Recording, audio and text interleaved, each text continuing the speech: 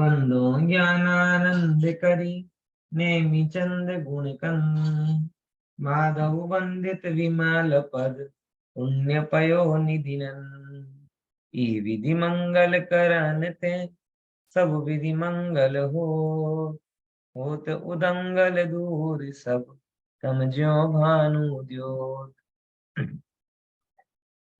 मिथ्या तो गुणस्थान के बारे में हमने आखिरी क्लास में यानी कल चर्चा की थी। बहुत सारी बातें लगभग लगभग हमें पता थी, उनका रिवीजन भी हुआ कि भाई कैसा मिथ्या दृष्टि होता है और अगर हमें संकिति होना है तो किस तरीके से काम आगे करना पड़ेगा।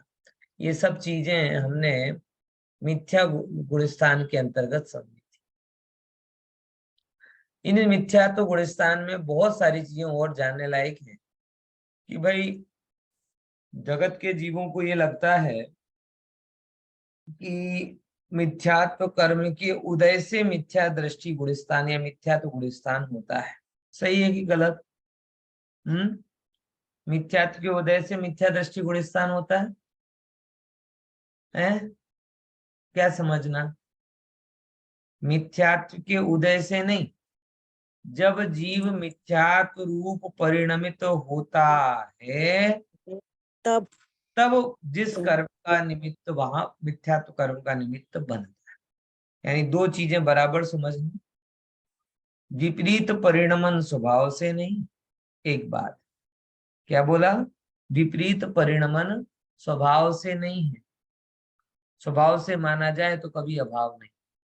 और दूसरे नंबर की बात, विपरीत परिणमन होना हमारी बाध्यता नहीं है, एक साइड से हमारी चॉइस। हमें कोई कंपलसरी नहीं है कि हम मिथ्यात्व रूप परिणमित तो हो ही, लेकिन जब हम अपने आप को जानते नहीं हैं तब खुद ब खुद मिथ्यात्व में चले जाते हैं। बराबर ख्याल में है? इसीलिए विपरीत परिणमन करना या होना जीव की बाध्यता नहीं है। जीव स्वयं उस रूप परिणमित होता है, लेकिन वो परिणमन उसका स्वभाव भी नहीं है। ये बात थोड़ी विचारनी आती है। चलो आगे समय और नहीं और इसके आधार से अपन चर्चा करते हैं कि भाई मिथ्यात्व कर्म शास्त्रों में ऐसा कथन मिलता है, मना नहीं कर रहे हैं, ऐसा कथन तो सब जगह मिलता ही है। करणान योग की पद्धति से ऐसे ही कहा जाएगा, लेकिन यहाँ पे निमित्त नैमित्तिक संबंध बताने की मुख्यता है, इसीलिए ऐसा कहा जा रहा है। बराबर। बाकी हमेशा सर्वथा ऐसा माना जाए तो कभी मुक्ति का प्रश्न नहीं आएगा। ये एक हमेशा बात अपने को समझनी पड़ेगी। चलिए यहां से अपने को पढ़ना है। आज कौन पढ़ेगा? आज कौन पढ़ेगा? आज चलो मीना बहन को ट्राई करते हैं। मीना बहन हरिया। हाँ जी बोले। ક્યાંથી વાંચવાનું છે આપણી પાસે ચોપડી છે? હા છે મારી પાસે. ઓકે, આ લાઈન થી વાંચવાનું છે. કરણાન યોગની પદ્ધતિ. કયો પેજ છે? 60 એના આગળથી છે અભિષેકભાઈ. હા એના આગળના પેજથી છે. ના ના અહીંયાથી તો વાંચવાનું છે ને. કર્ણાનો યોગથી વાંચવાનું છે. Page number 60. હા કરણાન યોગની. ઓકે હા ઓકે. કર્ણાનું યોગની પદ્ધતિ નિમિત્તની મુખ્યતાથી કથન કરવાની હોય છે. તેથી તેની ભાષા જ એવી હોય છે કે મિથ્યાત્વ કર્મના ઉદયથી નિમિત્તની બળવત્તાથી જ મિથ્યાત્વ ગુણસ્થાન થાય છે. ધ્યાન રહે નિમિત્ત નૈમિત્તિક સંબંધની અપેક્ષાથી કથન તો થાય છે, પરંતુ કાર્ય નહીં. કોઈ પણ કર્મ કોઈ પણ જીવને જબરદસ્તીથી ક્રોધ આદિ વિકાર ભાવ નથી કરાવતું. સદા વિકાર રૂપ અધર્મ અને અવિકાર રૂપ ધર્મ કરવામાં જીવ સંપૂર્ણ સ્વાધીન છે, સ્વતંત્ર છે, કર્મ આધીન નથી. જ્યારે હા. કર્મના સોરી વાંચો કે ના વાંચો વાંચો.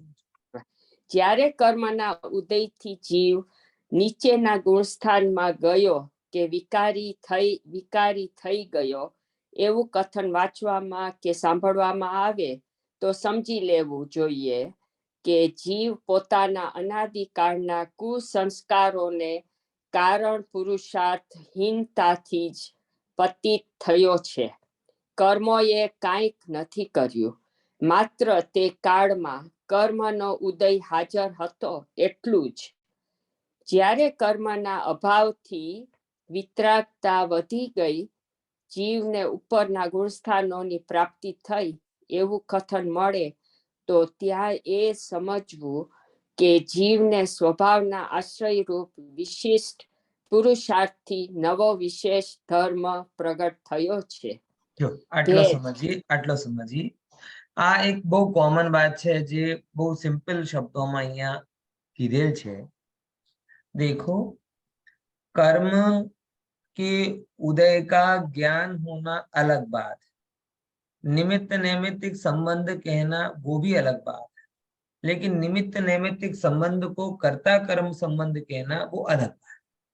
शास्त्रों में ये बात इसलिए कही गई है कि किस समय क्या घटित हो रहा है, और जब कुछ हो और उस समय उस कौन से कर्म का उदय है ये अगर कोई पूछे तो बताने के लिए कहा गया है कि भाई इस कर्म का उदय है.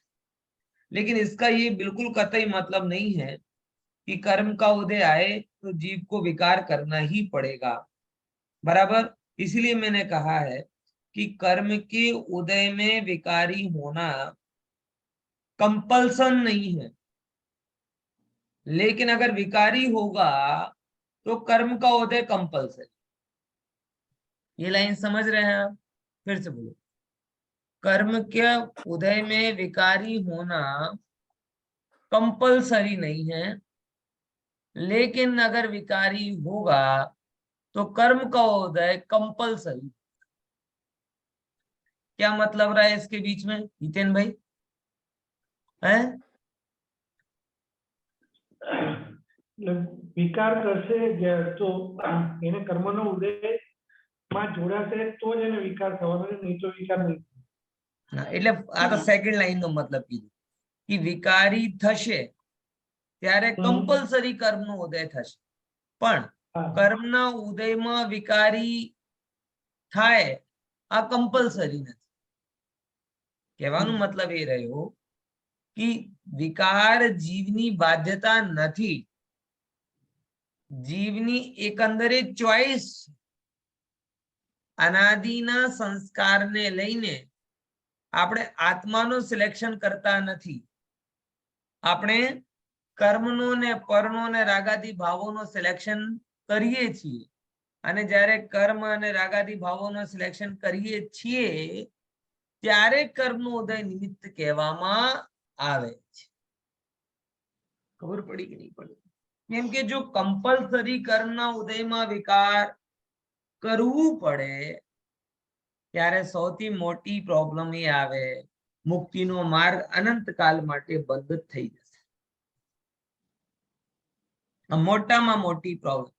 आज भी इतने कर्मों के बीच में भी हम सीना छाती ठोक कर कह सकते हैं कि मोक्ष जाऊंगा, मैं मोक्ष जाने का अधिकारी हूं. किसके बल से? कि हमें ये पता है कि उदय होने पर भी विकार करना हमारी चॉइस है.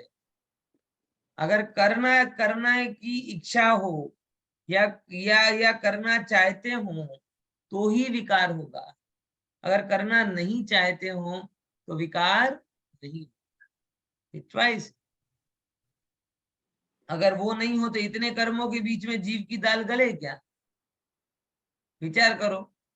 चारे बाजू से कर्म कर्म कर्म कर्म, कोड़ा कोड़ी कर्म, 8 प्रकार के कर्म, 148 प्रकार के कर्म. अगर ये सब तुझे नचाए तो हमारा नाच कभी बंद होगा क्या? आप विचार करके देखो. ज्वाइंट फैमिली हो और एक टीवी हो उसमें दादा दादी को प्रवचन सुनना है, भक्ति सुनना है, पापा को न्यूज देखना है, मम्मी को सीरियल देखना है, बेटों को कार्टून देखना है, बराबर, और भाई को क्रिकेट मैच देखना है। 10 लोगों के बीच में एक टीवी हो तो जब तक वो क्या हालत होगी उस टीवी की, विचार करके देखो। हर एक लोग एक तो आपस में लड़ेंगे और एक सेकंड के लिए भी टीवी बंद नहीं रहेगी। पहले होता था, अब तो मोबाइल में गो सोलो का जमाना हो गया। तुम साथ में देख रहे हो तो ठीक, नहीं तो हम अकेले अपने देख ले रहे हैं। लेकिन एक जमाना था जब घर में एक टीवी होती थी और क्या कहते हैं, चैनल बहुत सारे थे और कोई चॉइस नहीं थी। तो हम, मेरे घर में खुद टाइम टेबल बनाया गया था, इतना टाइम दादी का, इतना टाइम मम्मी का, इतना टाइम मेरा। मुझे शाम के 4:30 से 5:30 का टाइम अलॉट किया था जिसमें मैं एक कार्टून सीरियल देखता था। है समझ में आया कि नहीं है? तो मतलब जैसे एक टीवी को इतने सारे चलाने, 8 लोग चलाने वाले हों तो टीवी को कभी बंद ही ना हो, ऐसे ही इस जीव को 148 कर्म चलाने वाले हों तो ये जीव कहाँ से बंद हो जाए? मुझे कहेगा तू चुप कैसे हो गया, तुझे रागदेश करना। ज्ञानावर्णी कुछ कहेगा, दर्शनावर्णी कुछ कहेगा। इसीलिए सबसे बड़ी सुविधा हमारे लिए दे दी कि भैया तू विकार करेगा, हाँ इतना तय है कि विकारी होगा तो कर्म का उदय कंपलसरी है, लेकिन कर्म के उदय में विकारी होना कंपलसरी नहीं। यानी विकारी होना हमारी चॉइस है, हमारी बाध्यता नहीं। अगर हम होना चाहें तो होंगे और नहीं होना चाहेंगे तो नहीं होंगे। इतनी सी चीज से मोक्ष का मार्ग अनादि काल से लेकर अनंत काल तक जीव के लिए खुला है। अगर ये ट्विस्ट हो गया, ये बदल गया, बराबर, तो फिर मोक्ष का मार्ग भी, फिर पुरुषार्थ का रास्ता छूट जाएगा, अनुनय विनय का रास्ता चालू हो जाएगा। हमें कर्मों को ढूंढना पड़ेगा, उनकी दिया बत्ती करनी पड़ेगी, अर्घ चढ़ाने पड़ेंगे कर्मों को, और बोलना पड़ेगा कि भैया अब तो हमें कर्मों से मुक्त कर दो। ये अभी है ना, ये मैं बोला था ना, कर्म दहन विधान की बात करी थी थोड़े दिन पहले, मैंने व्याख्यान में भी ये लाइन ली थी। है एक दादी माँ को क्या है, मरण समय नजदीक आ रहा है, अब उन्हें क्या कहते हैं, विधान करने की इच्छा है जीवित में। तो मेरे से पूछा समाधि से तक विधान गड़बड़ नहीं पड़ी, और विधान में बाकी सब आपका चलेगा, लेकिन विधान में तो हम एक ही विधान करेंगे, कौन सा? कर्म दहन विधान। नहीं क्यों साहब? बोले नहीं, कर्म दहन का हमने मान के रखा है। क्यों मान के रखा है? मन में कहीं ना कहीं ये है ना, ये विधान करेंगे तो कर्म नष्ट हो जाएंगे। बोलो, विचार करो, देखो, कर्म दहन विधान। तो हमें अगर ये पुरुषार्थ का मार्ग नहीं होता ना, तो हमें परमेष्टि की बजाय कर्मों की उपासना करनी पड़ती। हे ज्ञानावर्णी मुझे बख्श दो, हे मोहिनी मुझे छोड़ दो, है कहता है, फिल्मों में आता है ना, जब कोई भगवान के लिए मुझे छोड़ दो, तो भक्त क्या कहता? भगवान बनने के लिए हे कर्म मुझे छोड़ दो। है क्या फिल्मों का क्या डायलॉग होता था? कभी भी कोई हीरो पकड़ा जाए विलन के लिए, विलन तो क्या अभिनेत्री पकड़ी जाए तो कहती भगवान के लिए मुझे छोड़ दो, भगवान के लिए मुझे छोड़ दो, बराबर। और यहाँ पे क्या होता? हम कहते कर्मों से, हे कर्मो भगवान बनने के लिए मुझे छोड़ दो।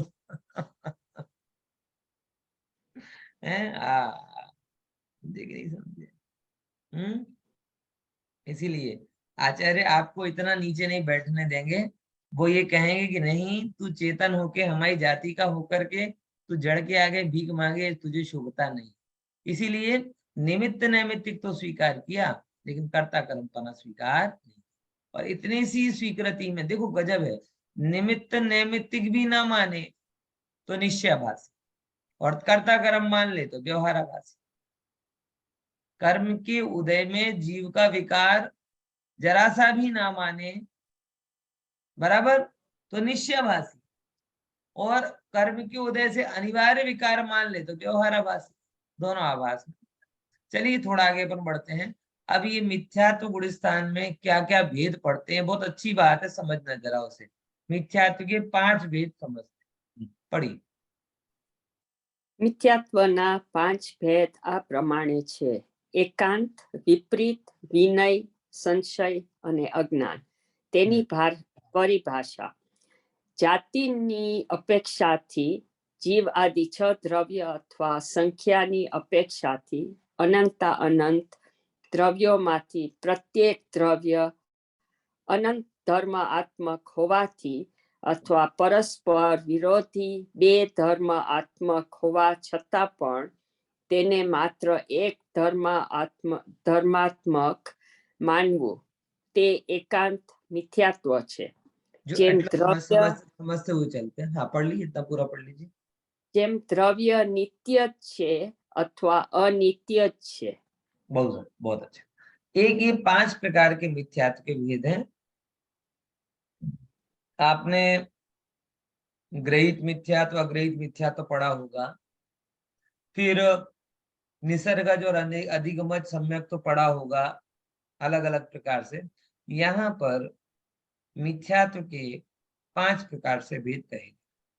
स्पेशली ये ग्रहित मिथ्यात्व के 5 प्रकार के भेद। किसके? ग्रहित मिथ्यात्व। थोड़ा समझते हैं। विपरीत मिथ्यात्व, एकांत मिथ्यात्व। आपने आलोचना पाठ की लाइन पढ़ी है ना? कौन सी वाली?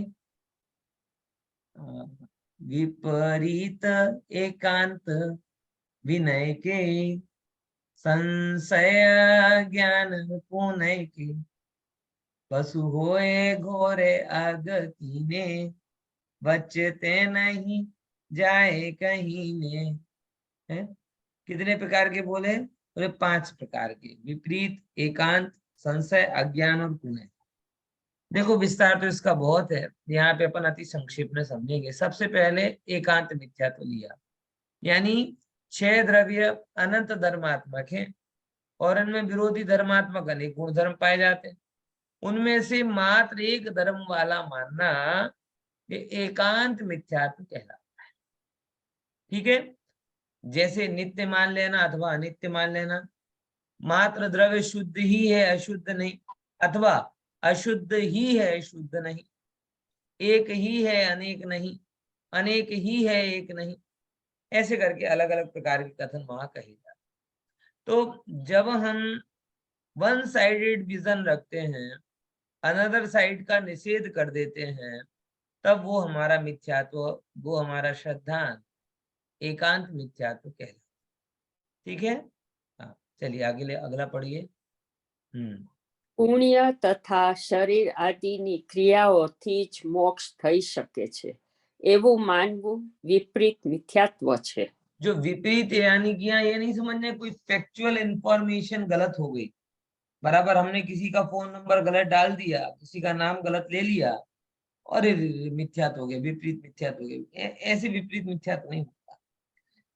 फंडामेंटली जो तत्व ज्ञान वाले विषय हैं, उन तत्व ज्ञान के विषयों में विपरीतता मानना वो विपरीत मिथ्यात्व है।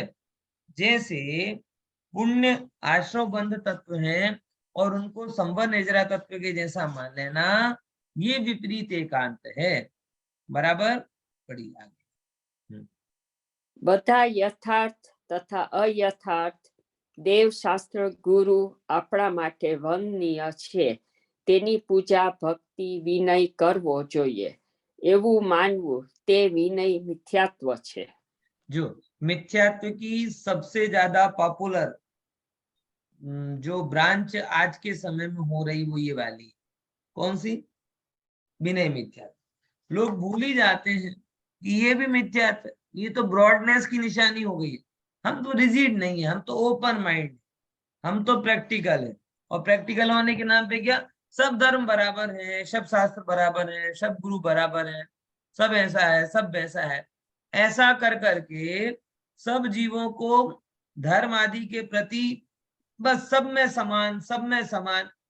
जो सब में समान कहते हैं, एक्चुअल में वो धर्म का सबसे बड़ा अपमान है। बराबर? जो व्यक्ति चार कपड़ों में से एक उनको कहे ना कि भाई अब कपड़े तो कपड़े होते हैं, समान होते हैं, इतना ज्यादा क्या सोचना, बराबर। तो एक एक कपड़े को चुन चुन कर ले, एक एक कपड़े को कैसा ले, चुन चुन कर ले। कपड़ों में समानता नहीं कर सकता वो, बोले नहीं नहीं ये पार्टी का कपड़ा है, ये मंदिर का कपड़ा है, ये उसका कपड़ा है, ये बैठने का कपड़ा है, ये लगन का कपड़ा है, ये घूमने वाला कपड़ा है, ये ऑफिस वाला कपड़ा है, सोने वाला कपड़ा है, ये तो सब कपड़े पहनता है। सारे कपड़ों में समान पने की मान्यता नहीं ला पा रहा, और धर्मों में समान पने की मान्यता ला रहा है। मतलब कहने का तात्पर्य यही है कि जब किसी भी चीज की कदर ही ना करनी हो ना, तो उसे इस तरीके से, भाई आप महान हो, आप महान हो कह के खत्म कर देना, बराबर। तो ये जो विनय मिथ्यात्व आजकल घुस गया है, और सब लोग विनय मिथ्यात्व को ब्रॉड सेंस कहने लगे। सब धर्मों में समान पने की मान्यता, सब क्रियाओं में, सब देवताओं में समान पने की मान्यता, सब गुरुओं में समान पने की मान्यता है। लोग तो कहते देखो जैन धर्म कितना महान, अरंत हमारे हैं, जिनवाणी हमारे, लेकिन लमो लोए सब साहुडम। देखो क्या बोला, सब साधुओं को नमस्कार, सब साहुडम। देव के मामले में सेपरेट रहे, शास्त्र के मामले में सेपरेट रहे, लेकिन गुरु के मामले में क्या बोला, सब साहुडम, सब साहुडम। जैन के, अजैन के, श्वेतांबर के, क्या कहते हैं, तेरापंथी, सब बराबर, सब बराबर। अरे भाई समझो तो जरा, है हम जिस लेवल पे समानता है उसको मानते हैं। आत्मा के रूप में सब समान है मानते हैं, जीव के रूप में सब समान है मानते हैं, साधर्मी के रूप में सब समान है मानते हैं, लेकिन परमेष्ठी के रूप में कैसे समान मानते हैं? कुछ कुछ पैरामीटर होते हैं, समझे कि नहीं समझे? सब समान मानने का क्या तरीका है? क्या क्या तरीका है? सब चीजों को एक सा मानना, वो समान मानना होता है। जैसा व्यवहार आप पुत्री के साथ करते हो वैसा मित्रों के साथ कर सकते हो, जैसा मित्रों के साथ करते हो वैसा माँ बाप के साथ कर सकते हो, जैसा माँ बाप के साथ करते हो वैसे अपने अन्य के साथ कर सकते हो क्या? तो सब समानने का मतलब क्या है? ये चीज को जरा गंभीरता से विचार कि ऐसा कोई आपको कहे, इसका सीधा सा मतलब है कि वो धर्म के बारे में अज्ञानी है और अरुचिवान भी है, बराबर। दिमाग नहीं दौड़ाना चाहता, क्योंकि थोड़ा सा भी दिमाग दौड़ाए तो पूर्व पश्चिम के जैसा अंतर उसे क्लियर क्लियर दिखाई दे, समझे? बिना पढ़े तो सब समान है ना, बिना पढ़े तो सब समान। मैंने आपको बताया था ना, एक मेरे मित्र ने पुस्तक लिखी और मुझे बोला कि तुम इसके बारे में कमेंट्स लिखो। मैंने कहा कि इंस्टेंट कमेंट्स चाहिए कि ओरिजिनल कमेंट चाहिए? बोले क्या मतलब है? बोले एक होती है बिना पढ़े कमेंट्स, बहुत बढ़िया, लेकिन किसी को पता नहीं चलेगा, और फर्स्ट क्लास 2 पैराग्राफ लिख के दे दूंगा, सबको लगेगा वाह वाह कितना अच्छा लगा, कितना अच्छा लगा, कितना अच्छा लगा। वो कहलाती इंस्टेंट कमेंट्स, उसमें कोई सत्यता नहीं है, क्योंकि मैंने तेरी बुक पढ़ी नहीं। बोले नहीं नहीं नहीं, ओरिजिनल कमेंट्स दे। तो मैंने ओरिजिनल कमेंट्स के लिए तुझे बुक मेरे पास छोड़नी पड़ेगी, और मैं गारंटी नहीं ले पाऊंगा कब पढ़ूंगा, जब पढ़ूंगा अच्छी लगेगी तब दूंगा। बोले रहने दे भाई, तो इंस्टेंट लिख दे। है अब पता नहीं कब आएगा, कब तू पढ़ेगा, कब लिखेगा, वो पढ़ने पर अच्छी लगी कि नहीं लगी ये भी सर तूने लिख दी, बराबर। तो तू क्या करते, अच्छा अच्छा कुछ लिख दे, ठीक है लिखा गया। ये कहलाता है विनय मिथ्या। समझ में आया कि जाने समझे बिना बहुत बढ़िया प्रयास का है, बहुत अच्छे से बनाई है, वो क्या कहते हैं, टाइपिंग भी अच्छी है, विषय भी अच्छे हैं, चित्र भी अच्छे हैं, सब बढ़िया है, बढ़िया बढ़िया, एक पैराग्राफ बहुत अच्छा है। बोले तुझे आप तेरी तेरी ओरिजिनल कमेंट जब आएगी तब आना, अभी तो ये छप जाएगी। ये कहलाता है विनय मिथ्या। समझे बिना, जाने बिना, ऊपर ऊपर से बातें कह देना, और ऊपर ऊपर सब अच्छा ही है ना, क्या बुरा है? तुम भी धर्म कर रहे, हम भी धर्म कर रहे, तुम भी ये कर रहे, हम भी ये कर रहे, बस। लेकिन भाई अंदर में बहुत अंतर है, अंदर में बहुत अंतर होता है। कोई भी विवेकी जीव सोना और पत्थर को एक मूल्य नहीं कर सकता, बराबर। इसीलिए जो अज्ञानी है एक बात, अरुचिवान है दूसरे नंबर की बात, वही लोग एक बात ज्यादा कहते हैं, सब धर्म समभाव, सर्व गुरु समभाव, सर्व देव समभाव। ये सब धर्म के सबसे बड़े शत्रु हैं, क्योंकि कोई भी जानना नहीं चाहता कि वास्तविकता क्या है। ठीक है, आगे बढ़ो चौथे नंबर पर। વિતરાગતા ધર્મ છે કે પુણ્ય ધર્મ છે, એમ બંને પ્રકારના કથનોમાંથી કોઈ પણ એક પક્ષનો નિશ્ચય ન હોવો તે સંશય મિથ્યાત્વ છે. हाँ, ये तो बराबर है कि संशय मतलब कंफ्यूजन वाली बात। देखो एक तो संशय ऐसा होता है कि यार ये इसका बर्थडे 2 तारीख को है कि 4 तारीख को है, एक तो ये संशय होता है। ऐसे 2 और 4 के संशय को संशय मिथ्यात्व नहीं कहते। प्रयोजनभूत फंडामेंटल चीजों में प्रतीति का अभाव वो संशय मिथ्यात्व। अगर मैं थोड़ा प्रैक्टिकली कहूं तो तत्व सुनने के बाद में हमारे अंदर में मिथ्यात्व की कौन सी वैरायटी रहती है, अगर मेरे से कोई पूछा जाए तो मैं इस पे टिक करूंगा। गहराई से हम विचार करें, हम नहीं जानते, अज्ञानी है ऐसा भी नहीं, तो सम्यक दृष्टि है ऐसा भी नहीं, तो जानने लायक चीजों को जान करके भी सम्यक दृष्टि क्यों नहीं हुए? क्योंकि अंदर में अभी क्रिस्टल क्लियर कंफर्मेशन नहीं आया है कि नहीं, धुंधला धुंधला है। हाँ बोले। આ સંશય મિથ્યાત્વ અને વિપરીત મિથ્યાત્વ આમ થોડું થોડું સિમિલર નથી? आओ आए, विपरीतता में विपरीत निर्णय, संशय में निर्णय नहीं है, पॉसिबिलिटी। एक्चुअल में देखा जाए विपरीतता संशय मिथ्या तो सम्यक दर्शन की पहले की दशा है कि जो भी संशय वाला है वो ही निर्णय करेगा ना, विपरीत वाला तो प्रयास ही नहीं करेगा।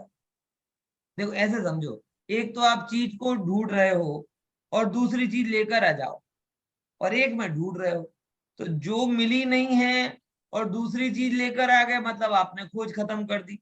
अब ओरिजिनल कैसे मिलेगा? संशय वाला क्या है, मिल भी जाए नहीं भी जाए, मिल भी जाए नहीं भी मिले, ऐसा। आप बोलिए विदेश में। एकांत मिथ्यात्वમાં જાતિ અપેક્ષા જ ગણવાનું હોય કે પછી નયની भी एकांतता હોય तो? जो नए को नए जानकर कोई समझ रहा है तो एकांत है ही नहीं, वो सम्यक एकांत। नए ज्ञान से हटकर किसी एक पक्ष को सर्वथा मान लेना वही एकांत मिथ्या है। तो वो भी एकांत मिथ्यात्व ही गिना और जाएगा देखो ना? नए ज्ञान में, नया ज्ञान जो है उसमें वस्तु का एक अंश स्वीकृत है ही नहीं, उसमें वस्तु के दोनों अंश स्वीकृत है। अपन नए की परिभाषा ये पढ़ते हैं, अनिराकृत प्रतिपक्षी वस्तु और एकांश ग्राह्यो नया, जिसमें दूसरे पक्ष का निराकरण नहीं किया, खंडन नहीं किया, माना गया है। बस ये कह रहे हैं कि हम उसे अभी कहेंगे नहीं, जानेंगे नहीं, गौण कर दें। तो नए के ज्ञान में दूसरा पक्ष स्वीकार ही है, इसीलिए वो सम्यक एकांत है, और सम्यक एकांत मतलब एकांत मिथ्यात्व नहीं। लेकिन जो उसको मानता है कि एक ही सच है वो एकांत ही गिना जाएगा ना? दो नए में ज्ञान से बराबर नहीं, तो उसका नए ज्ञान बराबर नहीं, उसका नए तो का वो ज्ञान ही नहीं, मिथ्यात्व वो में तो आएगा एकांत कि में आएगा। मिथ्यात्व में आएगा? हाँ, वो नए है ही नहीं, एक पक्ष को छोड़ के जो चल रहा है वो नए है ही नहीं, वो एकांत है। होते हैं तब नए हो। अच्छा, समझ में है? क्योंकि इसीलिए मैंने डेफिनेशन दी, अनिराकृत प्रतिपक्षी, प्रमाण प्रमेय रत्नमाला प्रमेय कमल मार्तंड की परिभाषा, अनिराकृत प्रतिपक्षी कि जिसमें प्रतिपक्ष का खंडन नहीं किया, वस्तु के एक अंश का बताया है लेकिन दूसरे अंश का खंडन नहीं। नहीं किया, बराबर, वो बराबर। हाँ, तो बड़ी मार्मिक बात यहाँ पे अपनी चल रही थी कि सम्यक दर्शन के पहले और सच्चा ज्ञान होने के बाद में भी अगर हम लोग मिथ्यात्व की अवस्था में हैं, जैसे कोरोना का वेरिएंट होता है ना, अलग अलग वेरिएंट होता है, तो हमारे अंदर में एट ए टाइम मिथ्यात्व का कौन सा वेरिएंट में मौजूद है? तो मेरे मेरे से पूछा जाए तो मैं अधिकतर मुमुक्षु जीवों में संशय नाम का वेरिएंट देखता हूं। कारण ऐसा नहीं है कि हम आत्मा को मानते नहीं, और ऐसा भी नहीं है कि संसार और विषय सुख को मिथ्या जानते नहीं। हम दोनों में है और दोनों में नहीं। समझ में आया? जितनी स्पष्टता होनी चाहिए फॉर्मली आत्मा के स्वरूप के बारे में, सुख के बारे में, वस्तु की व्यवस्था के बारे में, ऐसा क्रिस्टल क्लियर कंफर्मेशन हमारे अंदर में नहीं। स्फटिक की भांति निर्मलता नहीं। आपण चाले ने आपण चाले, આવું મળે તો પણ સારું, આવું તો મળવું જ જોઈએ। मैं आत्मा तो हूं ही, लेकिन થોડુંક તો જ્યાં સુધી છે ત્યાં સુધી શરીરનું ધ્યાન તો રાખવું પડે ને। ધ્યાન નહીં રાખીશું તો શું થશે બોલો? આમ પુણ્યના હોદેથી પૈસા તો આવે, પણ જવું તો પડે ને દુકાન, નહીં તો કેવી રીતે ચાલે? આમ કરી કરીને ક્યાંક ને ક્યાંક સંશયની ગજબ છે ને, निर्णय से शुरू करते ना संशय पर खत्म कर। आम तो खबर है, आम तो खबर पण करीने संशय ने लईए। आम बधी वस्तु आम जाणवा जेवी ज छे, अमने खबर छे, पण लेवुं तो विचारवुं तो पड़े ना, एटले पछी संशय में। अधिकतर समय अगर हम लोग रहते हैं तो संशय की दशा में रहते। कभी कभी आत्मा अच्छा, और ये देखो खराब अर्थ में मत लेना, ये भी अच्छी बात है। अच्छी बात यह है कि कम से कम हम दो रूप में विचार करना तो चालू किया। आप उस संशय को गलत मत लेना। अगर चॉइस की जाए पांचों वेरिएंट में तो सबसे अच्छा मैं संशय को ही गिनूंगा। है तो सम्यक भी नहीं है, यानी मिथ्यात्व में है, बराबर मिथ्यात्व में है, ये बात भी तय है। लेकिन अगर कौन से जीव की संकिति होने की प्रोबेबिलिटी ज्यादा है?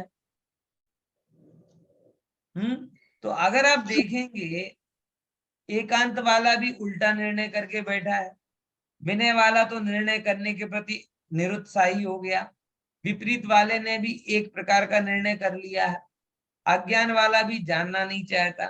तो कौन है ऐसा जो जानना भी चाहता है और सुधरना भी चाहता है? तो संशय वाला। अच्छा। तो हमें कहता हूं मिथ्यात्व का माइल्ड वेरिएंट संशय मिथ्यात्व। वो उसके वाला जीव थोड़ा सा पुरुषार्थ करे तो वो संकित में आ सकता है, एक धक्का और मारे तो सम्यक में पहुंच जाए। बराबर ख्याल में? ऐसा तो ये चीज हमारे लिए है अभी विचारने लायक है कि क्यों हमें स्फटिक की भांति श्रद्धान में क्रिस्टल क्लियरिटी नहीं, एकदम निर्मलता नहीं। आत्मा दिखाए पर झांकू झांकू दिखाए। देखा है? बोले हाँ देखा है, पर केवो देखा है? झांकू झांकू। बराबर? हाँ, જેમ કે અત્યારે જિજ્ઞાસા બેન નો ચહેરા દેખાઈ રહ્યો છે અમને, પાછળ લાઈટ છે ને એટલે ઝાકુ ઝાકુ દેખાય છે, પણ કોઈ બીજો સાંભળતો તો ખબર ના પડે। સમજ્યા કે નહીં સમજ્યા? જો એ સંશય એટલી ઝડપથી સંશય મિથ્યા દૂર થઈ જાય, એક ઝટકા ઓર મારો ને જ્ઞાનના પ્રકાશમાં આવી ગયા। જો જેમ ચશ્મા કાઢીને કેવું દેખાયું ને? हाँ, इतना बस जरा सा निर्णय करे संशय वाला जीव दृढ़ता के साथ में, कब तक ये चलेगा? कब तक ये रस्साकसी चलेगी?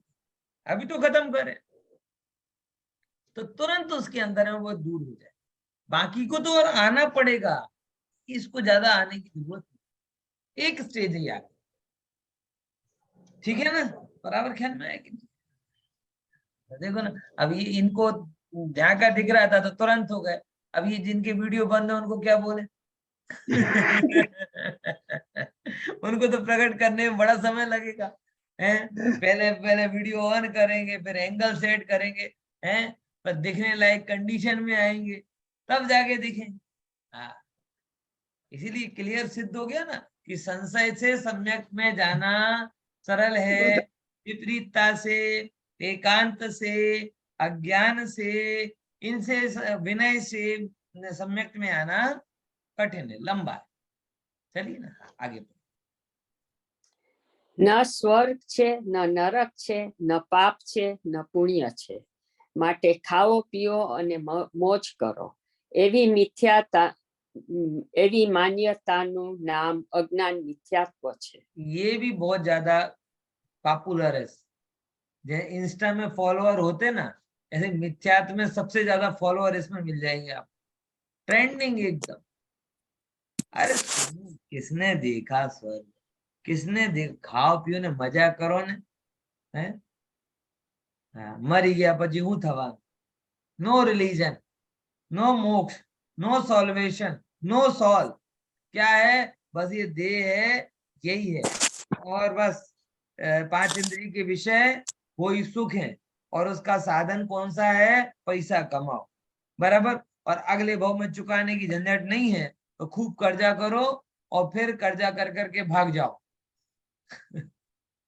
बराबर, ऐसे कर करके सत्ता के पीछे दौड़े, भोगों के पीछे दौड़े, पैसों के पीछे दौड़े, बराबर। आत्मा की अस्वीकृति में सारे पापों की स्वीकृति हो जाती है सब। लोग ये जब कहते हैं कि खाओ पियो ना मौज करो, किसने देखा क्या होगा, वो जो आत्मा को अस्वीकार करता है वो सारे पापों को स्वीकार करता है। समझ में आया? व्यसन से जीव क्यों दूर है? कहीं ना कहीं लगता है ना कि पाप कर रहा है, फूटा फल मिलेगा। अगर इस जीव को ये बता दिया जाए ये काम से कोई फल वल मिलने वाला नहीं है, तो कौन दूर? कुछ भी करो पर पकड़े मत जाओ, क्योंकि पकड़े गया तो कानून सजा देगा। कानून की नजरों में बुरे मत बनो, बाकी जो बुरा करना है सो करो। आज मैं कई लोगों से कहता हूं, एक बहुत बड़ा वर्ग है जो धर्म के अवगुण देखने में ही लगा रहता है, और वो इतनी प्रेम से अवगुण ढूंढते हैं कि उन्हें कुछ ना कुछ मिल भी जाते हैं। कि इतनी मेहनत करोगे अवगुण ढूंढने में, तो धर्म में और धर्मियों में ना धर्मात्माओं में कुछ ना कुछ अवगुण तो मिल ही जाएंगे, और जैसे ही मिल जाएंगे वैसे ही चीख चीख कर चिल्लाएंगे, देखो मिल गए, धर्म करने से सुख नहीं। ये धर्म करने वाला कैसा करा, देखो ये धर्म करने वाला कैसा करा। ये भी बहुत क्या कहते हैं, पॉपुलर तरीका हो गया है धर्म से लोगों को दूर करने का। क्या? धर्मियों के जीवन का माइक्रोस्कोप से एनालाइज करो, 1000 गुण को अवॉइड करो, और रुई के जैसा एक अवगुण आए उसे मेरू के जैसा बड़ा कर करके बताओ। और इसीलिए हम धर्म नहीं करते, इसीलिए हम धर्म नहीं करते, इससे तो हम बढ़िया, इससे तो हम बढ़िया। हो रहा है कि नहीं हो रहा जगत में, बताओ सच्ची। इसका ये मतलब नहीं है कि वो अवगुण सही है, लेकिन जो दृष्टिकोण अवगुण देख रहा है वो गुण क्यों नहीं देख? धर्म ने जीवों के अंदर में जो सकारात्मक परिवर्तन किए हैं उसे क्यों कोई कंसीडर नहीं करता?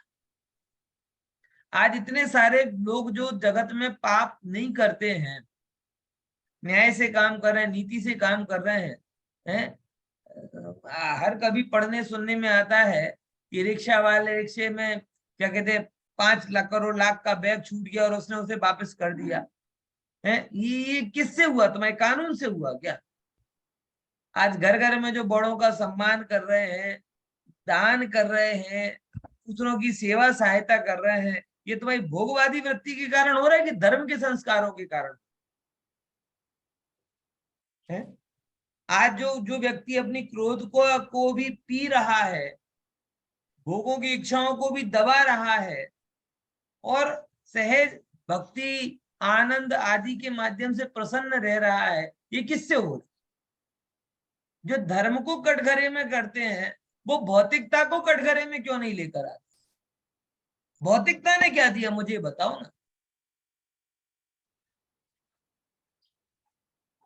समझ रहे कि नहीं समझ रहे क्या कहना चाह रहे? प्रश्न करो तो दोनों से करो। तुमने धर्म से प्रश्न की, बार बार कहते हैं लोग धर्म ने क्या किया, झगड़ा कराया, धर्म ने क्या किया, व्यक्ति को व्यक्ति का शत्रु बनाया। भौतिकता ने क्या किया है? 5,000 के पीछे एक आदमी दूसरे आदमी को मार रहा है, ये धर्म पड़ा होता तो करता है ऐसा? ये भौतिकता ने दिमाग ब्रेन वॉश कर लिया, मेरा पैसा कोई लेके कैसे